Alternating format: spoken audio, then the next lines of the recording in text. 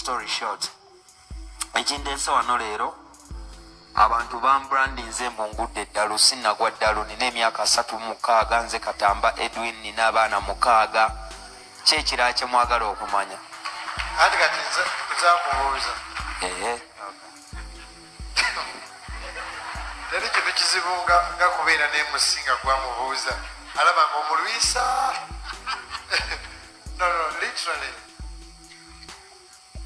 kyenjagala okubuuza ekisooka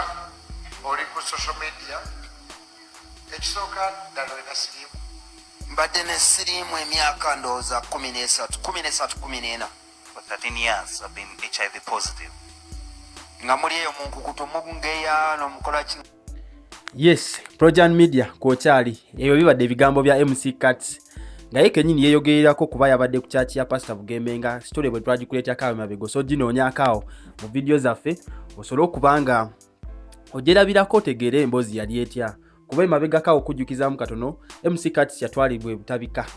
abadde musaga nyingi zesagala kutandika ate kugenda munnyo kuba muzize tuzikola ate nga zize muzitegeera nga MC Cuts ali musaga mukazi wa genze avudeyo gundi atugambye alina katuli ku mutwe ono zivuga yatugamba MC Cuts alina katuli ku mutwe era embozi yali awo nyingi alina katuli agudde dalo yali mu eyo mu UK ne bamutwala mu ddwaliro n'abagamba alina pneumonia ine sirimu ne bamuwa eddagala biki so de muze muzigobereza kati olunaku olwa wiki ng'emu emabega MC Cuts yatwalibwa butabika luli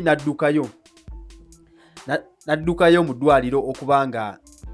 agamba nti yesimulalu yabuuka ekikomera naddukayo eddwaliro wabula yadduka mu ddwaliro yatuukira Pastor Wilson Bugembe. Pastor Wilson Bugembe kinajjukirwa nti alina church wane enansana like the world church eyenansana nga eya Pastor Wilson Bugembe kati gye yaddukiranga tewali amanyi gyali wabula Pastor Wilson Bugembe nga we nakugamba kaye mabega n'avaayo ku social media platform ye oba Facebook ye n'awandika message naga nti ndine MC Cuts wane wange abamunoonya mwena mumunoonyeze wano kuba ngenda gamba family ye ngenda gamba maama we ngambe ne baganda be ngambe ne gwakola naye Douglas Lwanga tusobola okutegeera waali era ali wange nange ali safe bibigambo bya Pastor Wilson Bugembe byagezako okwogera okutegeeza ensi MC Cuts gye ali so eyo jinakuzo gye abadde bamujjanjabira nga agezako gamba Pastor Wilson Bugembe agezako gamba Cuts muleke abeere wali comfortable kuba mudwayo tali comfortable so MC Cuts ye kenyini yavuddeyo kyadaki yavuddeyo ku kyacha Wilson Bugembe ndoza munjiri ngegenda maaso awo nasobola okugamba ensi yonna naga nti mu brandinga nti ndi mulalu brand zivuddeyo nti ndi mulalu nze ndi musajja mulamu n'ayogera emyaka gye nga bwe muwuliriddeko alina emyaka 36 n'ayogera nti alina abaana 6 nga era agamba nti ye kati bwe yamaze okwogera emyaka gye egyo Pastor Wilson Bugembe n'amugamba nti yanze MC leero kizibu nnyo kale okubuuza MC nga by'owuliddeko nga basaagasaaga n'amubuuza ekibuuzo buli by'omu kyabadde alindiridde mu church mu kanisa kuba nange nabadde nteza amatu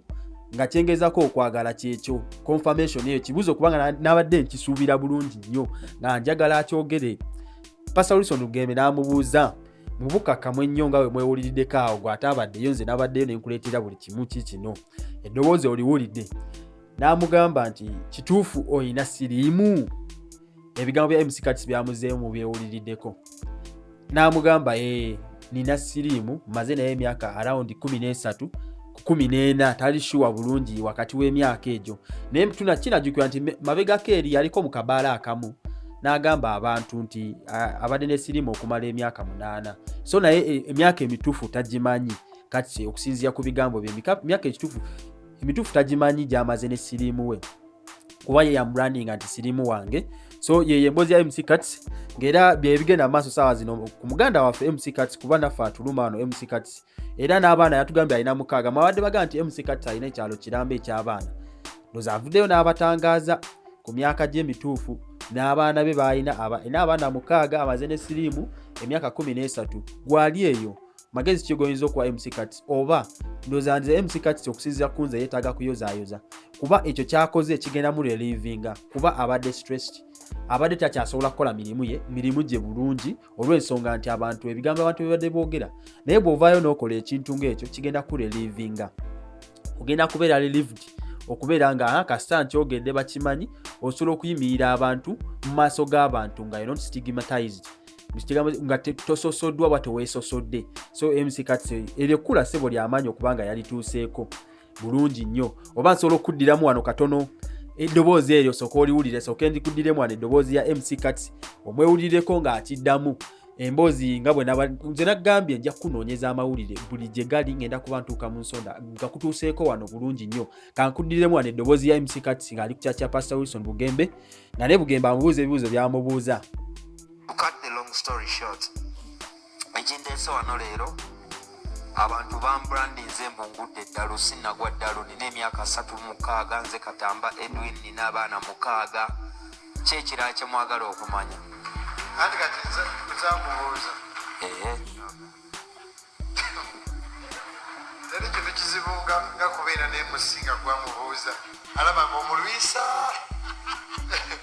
No, literally. Kyenjagala okubuuza ekisooka oli ku social media,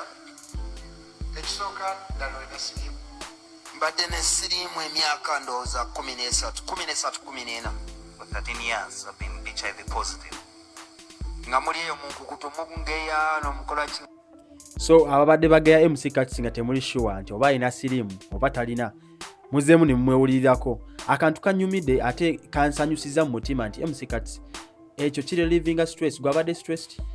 nga tewali amanyi mazima. Bw'oyogera amazima gali ku setting free. So MC Cuts yakoze nesobola kwerabira kutumira abantu bange bano Kakinina, kulaba weekoli nnyo, Karo nkulaba koli nnyo ku Project Media TV, nkulaba Mugerwa Wilson, Maka nkutumiddeko Rina mu kikoni webale nnyo okwekumya Project Media TV, Andelanda MC okole mulimu gw'amaanyi nnyo webale nnyo okwekumira ku Project Media TV. Moose Jackson ekasokoso nkulaba, Embuyani nayo omuyimbi wange bagwe bayita Max Ansula webale nnyo okwekumira Project Media TV. Ekinaba kino kyeyongeddeko ku story ya MC Cuts ngenda kuba nkikutuusaako wano.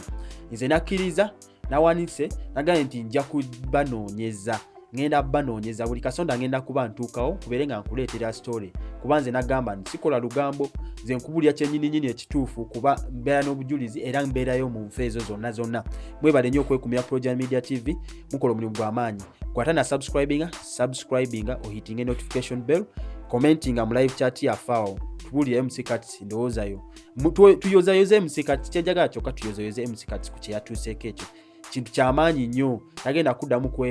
stigmatizinga. Webale nnyo likinga, commentinga, sharinga. Project Media TV webale nnyo.